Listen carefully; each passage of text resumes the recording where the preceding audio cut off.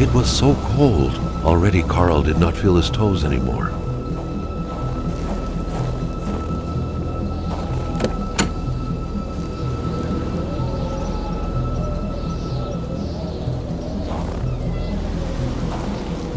It was a small, locked box engraved with the letters W.H. Carl thought about taking it. Nothing was to be left to chance. Such heart-wrenching Nordic poetry that was. But Carl didn't care much about flowery language.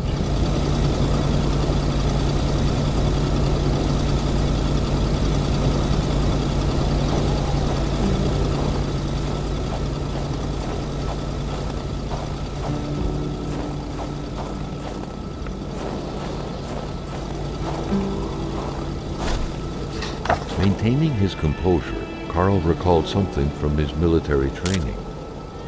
Wolves always stay away from populated areas. Wait, was it about bears? Carl was used to strange phenomena, but a chunk of ice like this, as if an iceberg came out of the ground, that was a first.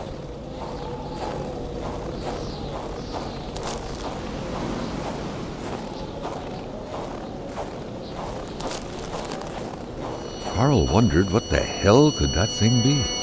It looked like a man fossilized in ice. All of a sudden, Carl felt like he was pulled inside a world of dreams, a cold, unknown dimension. Somehow, self-control was slipping from his grasp.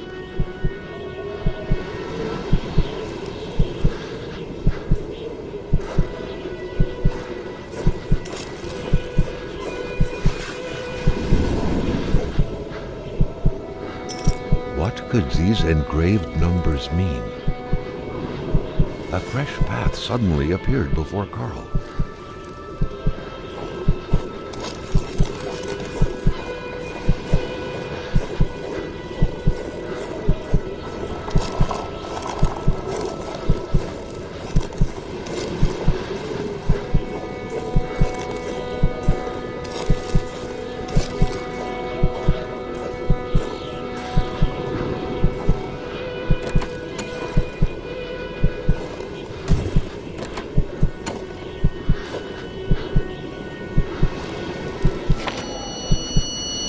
Carl had that feeling you get when you immerse your frozen hands in hot water. What happened? Now at least he knew who the unfortunate man petrified in ice was. Gilles Lachance, the general store's manager himself.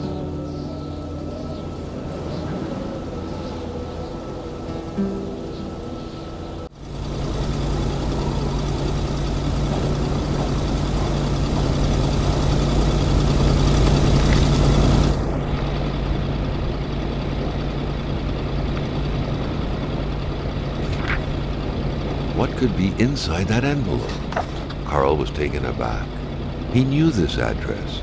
It was said to be the address of the P.O. box for the Canadian Secret Service.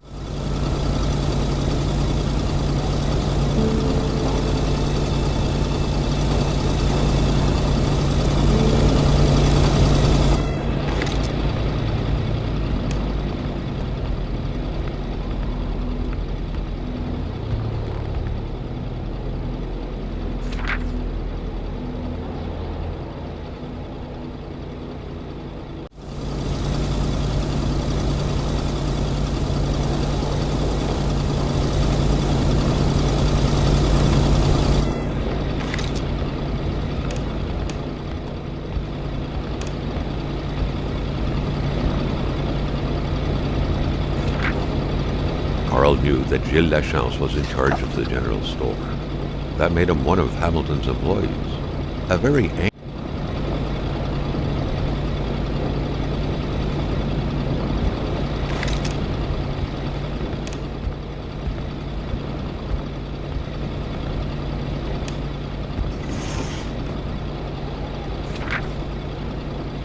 According to that log, it seemed like the whole village owed some money to the general store.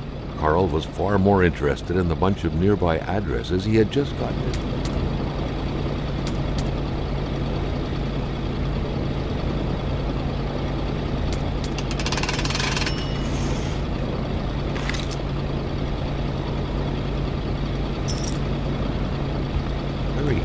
employee, as Carl could plainly see.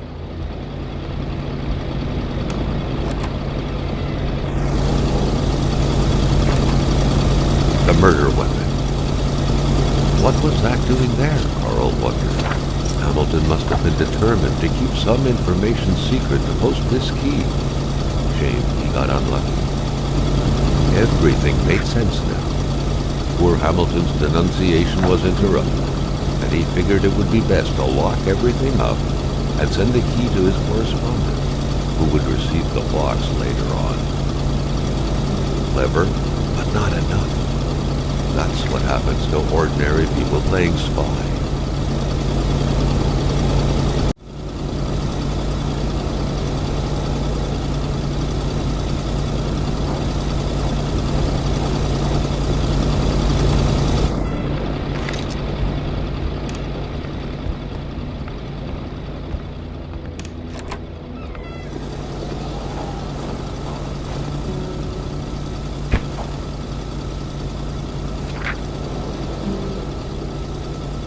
Hate was in the air.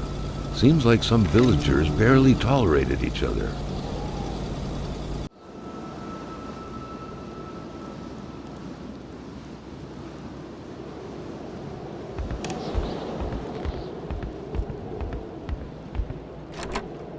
The air was freezing, right down to the bone.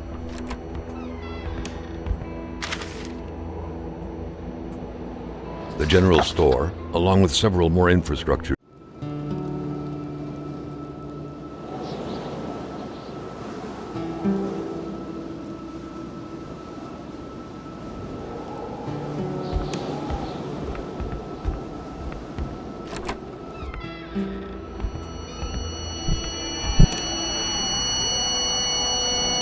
Carl felt a cool, tingling sensation in his back. Another vision took over him.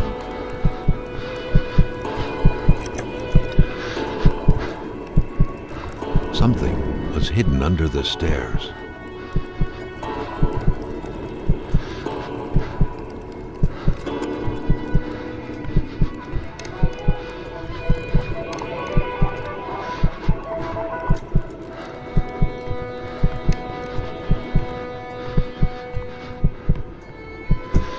The man grabbed his rifle. Carl felt a sense of dread in him.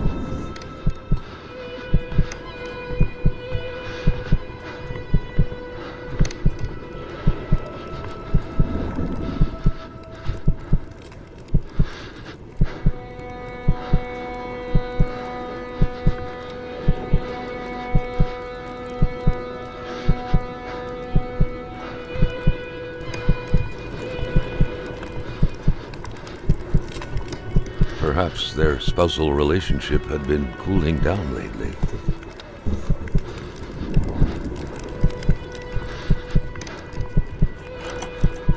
It seemed like secrecy was commonplace in this house.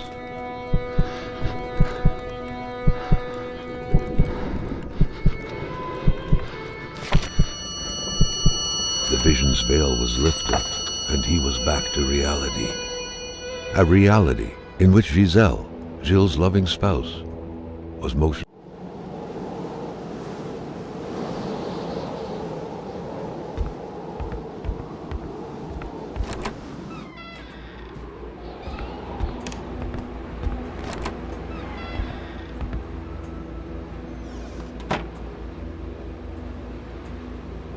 Carl had seen that kind of...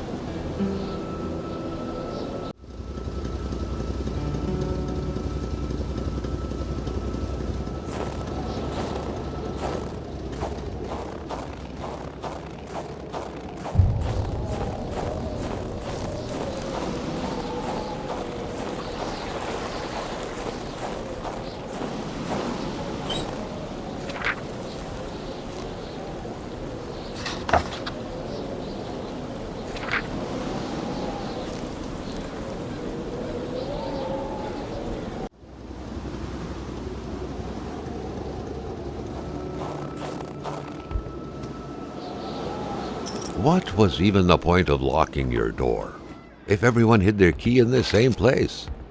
Carl was starting to feel like his investigator life lacked challenge. The house smelled like incense, the kind that reminds you of the good Lord, of peace.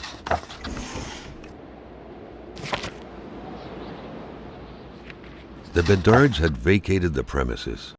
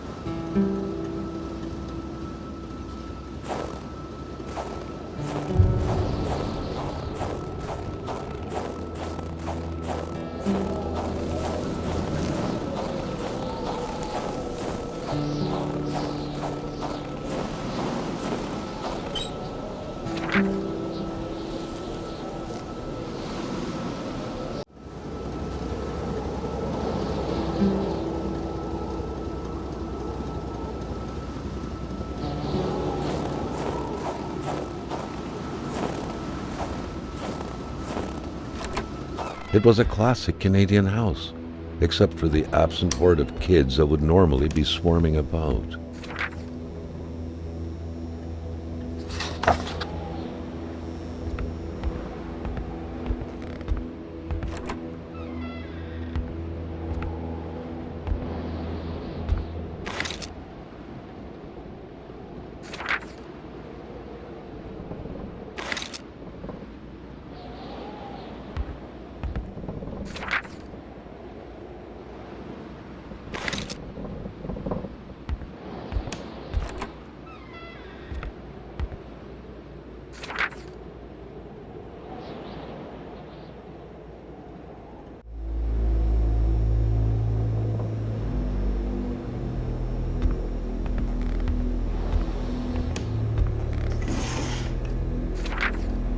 Pay stub for some undoubtedly harsh lumberjack work.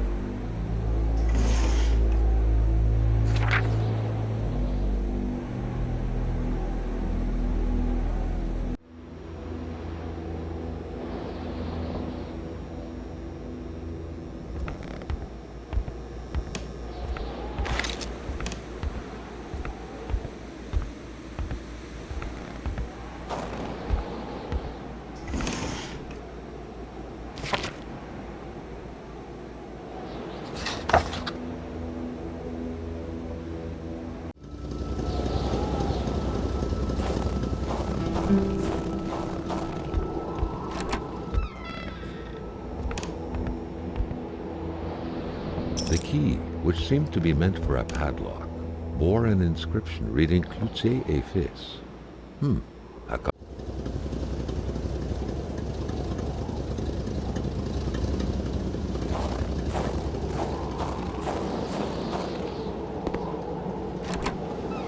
Welcome to Ali Baba's Cave, Lumberjack Edition. Surely Carl would find something worth his time in here.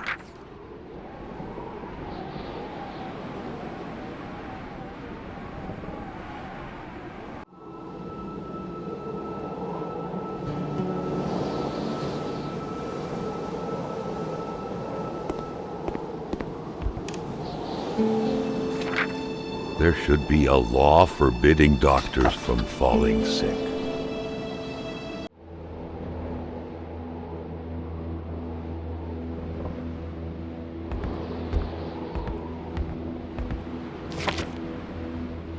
A communist manifesto. Only a few years ago, this type of allegiance meant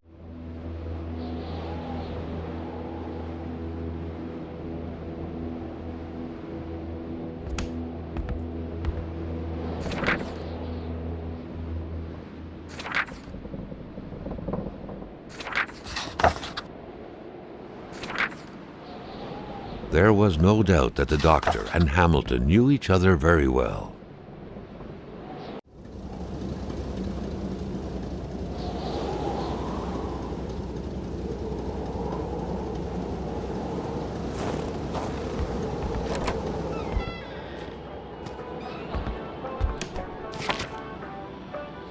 Vois-tu le livre, là? C'est le Wendigo. Ouais.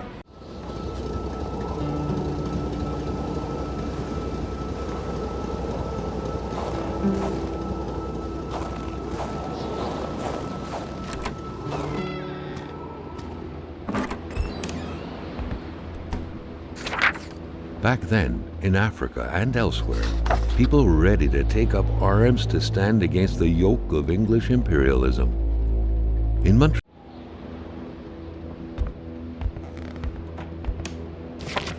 Rejean Blais.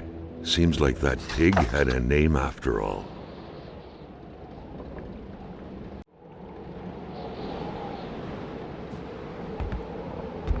Carl now knew how to quench the drunkard's thirst.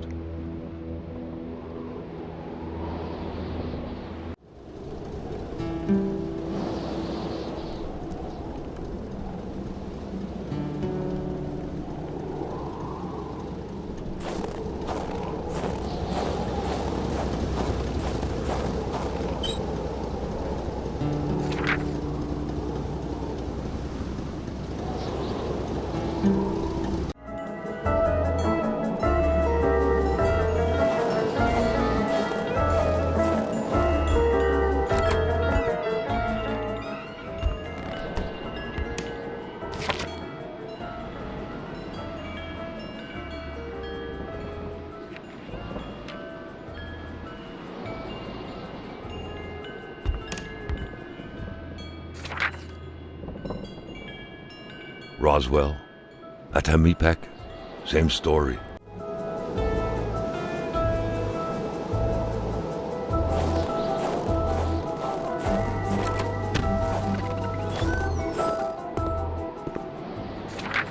The week of October 5th, thought Carl. That was this week. The plug should have been here by now.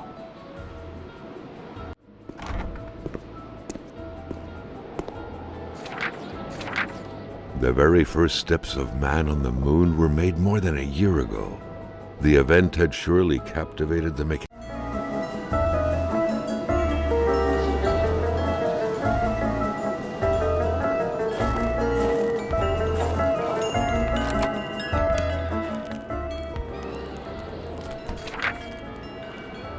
If some daring person could manage to get their hands on the missing parts, Carl was willing to bet that the craft would have taken flight.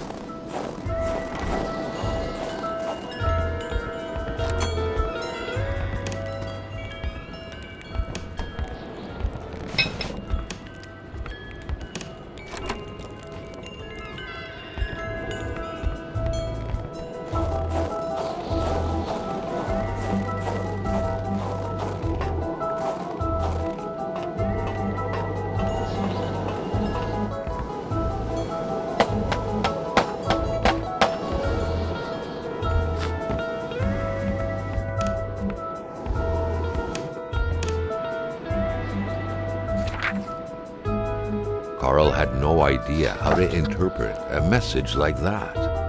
On the surface, it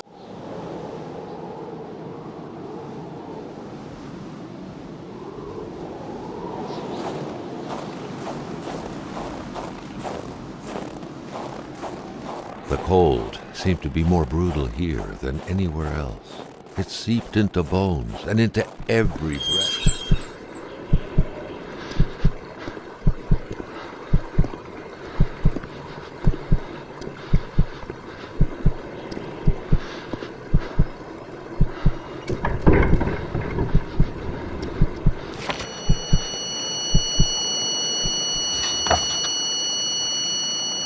It seemed as though Rejean had been ready to take up arms and slay people like Hamilton. Could he have committed?